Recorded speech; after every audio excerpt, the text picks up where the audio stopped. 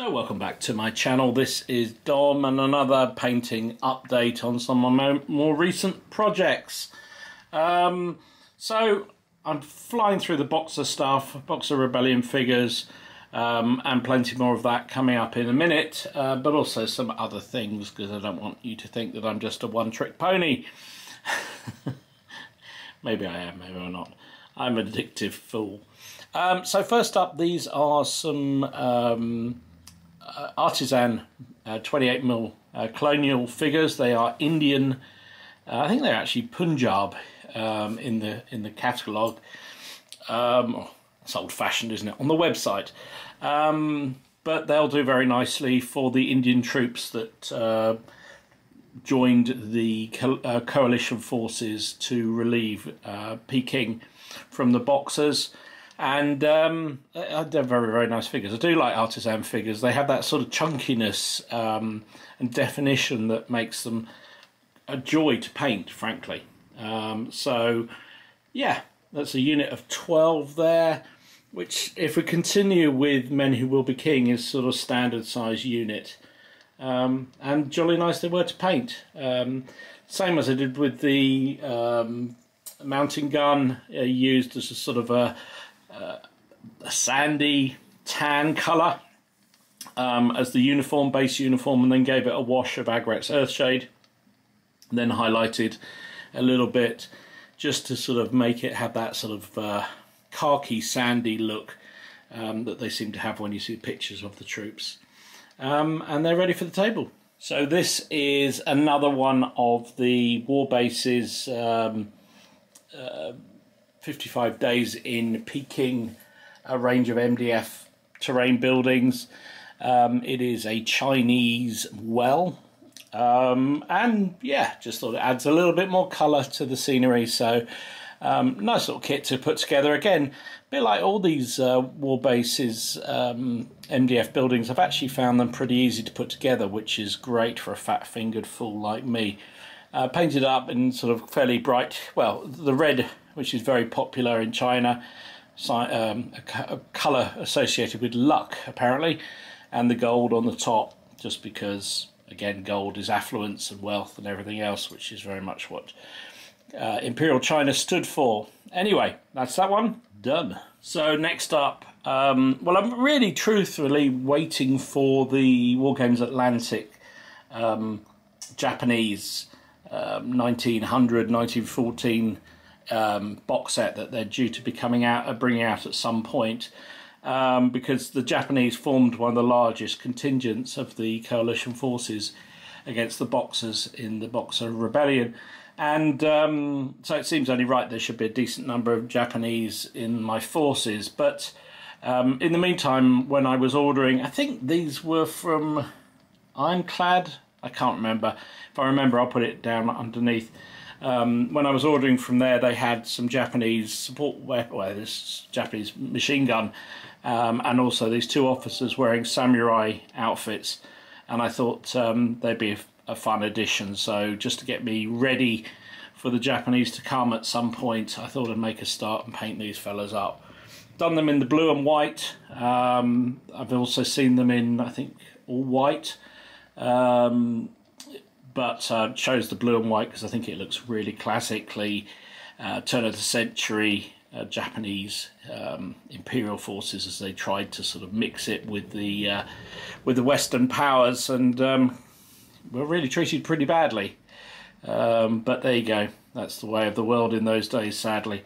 Anyway, nice figures, metal. You got the machine gun and the two crew members. Well, the machine gunner himself and the two support guys, and then the two officers.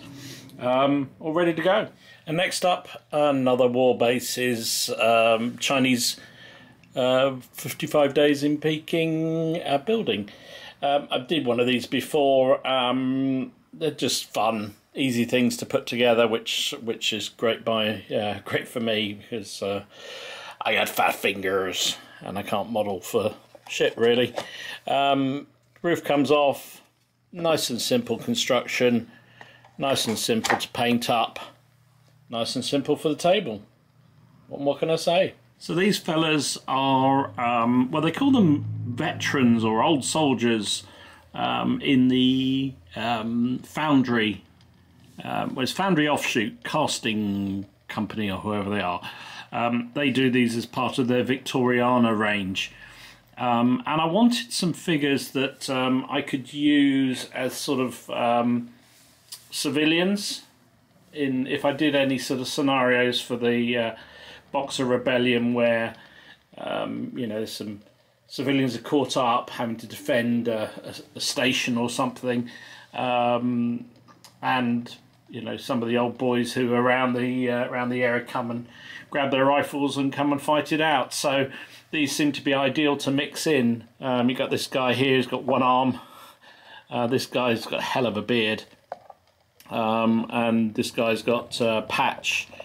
So yeah, I thought they were quite fun figures. I really enjoyed painting them actually. You only get 5 in the set, but they yeah, painted up pretty well. And being that they were old school soldiers, I did the red coats for them rather than the khaki of the modern soldier that they would have probably have worn in their service days. And I love this model. This is a dragon cannon for the Boxers. I just thought it was absolutely awesome. Really liked it. It's obviously a cart with a sort of yeah, very simple barrel put on the top, and the Boxer guys manning it. I just thought it was a bit of fun, and yeah, painted it up, ready to go, ready to provide some more. The games we've played so far with Men Who Would Be King, we found actually the artillery and the even the limited amount of rifle fire that the Boxers have actually gives them you know, gives them a chance against the coalition forces, just because they wear the coalition forces down, and when these cannons do actually hit, they tend to kill a man or two. So that's a useful asset for the Boxer player. So he's got a chance of actually being able to pin and therefore be able to close with the coalition forces. So nice model, and actually has some use on the table. And then just a few more Boxers. So this is a mixture of, there's some plastic ones in here from the Wargames Atlantic range, from those boxes. The last few I've got to paint of those. There's also a mixed bag that I picked up on eBay of, well, some of them were called Chinese pirates. And then some other just nondescript Chinese characters that I picked up, and I just thought mix them all in. They'll add a bit of flavour, bit of variety for the packs. I mean, this guy's obviously a sailor, got a bandana, so it has to be a sailor. Just more variety for the Boxer forces. As I say, I'm still working through exactly how I'm going to play the period. Men Who Will Be King has been kind of fun, but very simple. I'm going to try out. Don sent me some rule set that I'm going to try out as well from a very old Wargames Illustrated. Also, there's a new rule set from Carver Books, and also I'm still tinkering with the idea of adapting Sharp Practice for Boxer Rebellion. Because I think there's something in that as well. So anyway, whatever, I need the troops, and we've been playing some games anyway with what I've got, so some more done. So next up, some more terrain items. So these are some walls that I picked up. Actually, I've had them in the pile of opportunity for some considerable time. I bought them when American business at Arcachon Scenics or something, when the guy there announced he was going to retire and was selling off a lot of his old stock. I picked up some bits and bobs. In fact, there was a tower, a wrecked tower, some other bits and bobs that I picked up, some houses and various other things, and I picked up these walls. These are they're resin, which I like. There's a fair bit around here that I've just worked on. You got one with a door, one with a breach, or at least it's been damaged, some corners. Either I've lost one one of them, one of the corners, or he never actually sent me the full quota, because I'm sure there should have been 4 corners, but I've only got 3, which is really annoying, because if I have got it here, at some point it will turn up, and I'll have to try and remember how I painted the rest of the walls to make sure it matches. But anyway, one of those annoying things. The trouble is, when you've had something for as long as you have, and then it's come from America, and you know, maybe you didn't, maybe I don't know. When you've had something as long as that, I don't know whether it could have been lost out of a box somewhere. It could still just show up, but never mind. It is what it is. Then it's a shame, because they're nice. They're really nice structures, actually. I think they'll.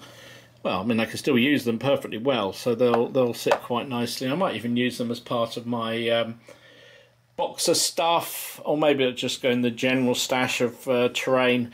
I did buy those walls at Selwig that I showed off a while back, primarily for the Boxer project. But yeah, bit of walls, bit of terrain, never go wrong with that.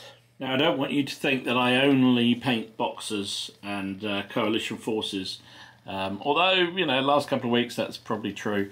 But I also have an awful lot of other figures in this stash of opportunity, including these. These are some of the lovely Norman Victrix troops. Now, thanks to Simon, one of my subscribers, also one of the viewers of the PCP on a Monday night, he sent a whole load of these Norman figures, which he didn't want anymore, that were unpainted. So I thought, right, he'd done the hard work, he'd put them together, so I thought I'd paint up 16 of them. The rest, I think, went to Martin, because I've got more than enough normally Viking-y types. But they're such nice figures, I just felt I had to paint them up, and as a thank you to Simon. So yeah, just painted them up as I would do any sort of Dark Age figures. Used sort of just a variety of different bright colours, really. And then when they've had a wash over them, that dulls the colour down, which I quite like. I think that makes it look kind of a bit dirty and worn, which, you know, these guys would have done. But as I say, nice figures. There's a variety of weaponry: axes, double-handed axes, spears, swords. You know, the priest in the middle here has got the cross, so that's all good. We're all fine. And I think they're just really nice figures. Very pleased with how they came out. So there you go. Not just Boxers around here. So I don't usually show off figures that aren't completely completed, and for me, figures aren't finished until they're based up and ready to go. But just because I was quite pleased how these came out, I'd show them off. So I showed a little while ago a 3D printed a Scottish pike block that I'm using for a faction in War of the Roses. And what I want to do is, Queen Margaret raised a whole load of Scottish mercenaries at one point in the early part of the Wars of the Roses, and basically paid them by saying they could go and sack whatever they liked when they headed south. And I thought that'd be fun to do, so I'm aiming to have a couple of pipe blocks and bowmen and what have you, and this will be the command stand for it. So these two fellas are 3D prints, and really nice, really pleased with them. I have no idea whether this heraldry is right, but they came with those stars on the shield. So, and I've done search as much as I could around trying to find names of any lords that were involved in this mercenary force, and I haven't been able to. So my plan is, and because of the postal strike it hasn't come off in time to put on this video, is to get a Margaret figure to put there. So I've ordered one now.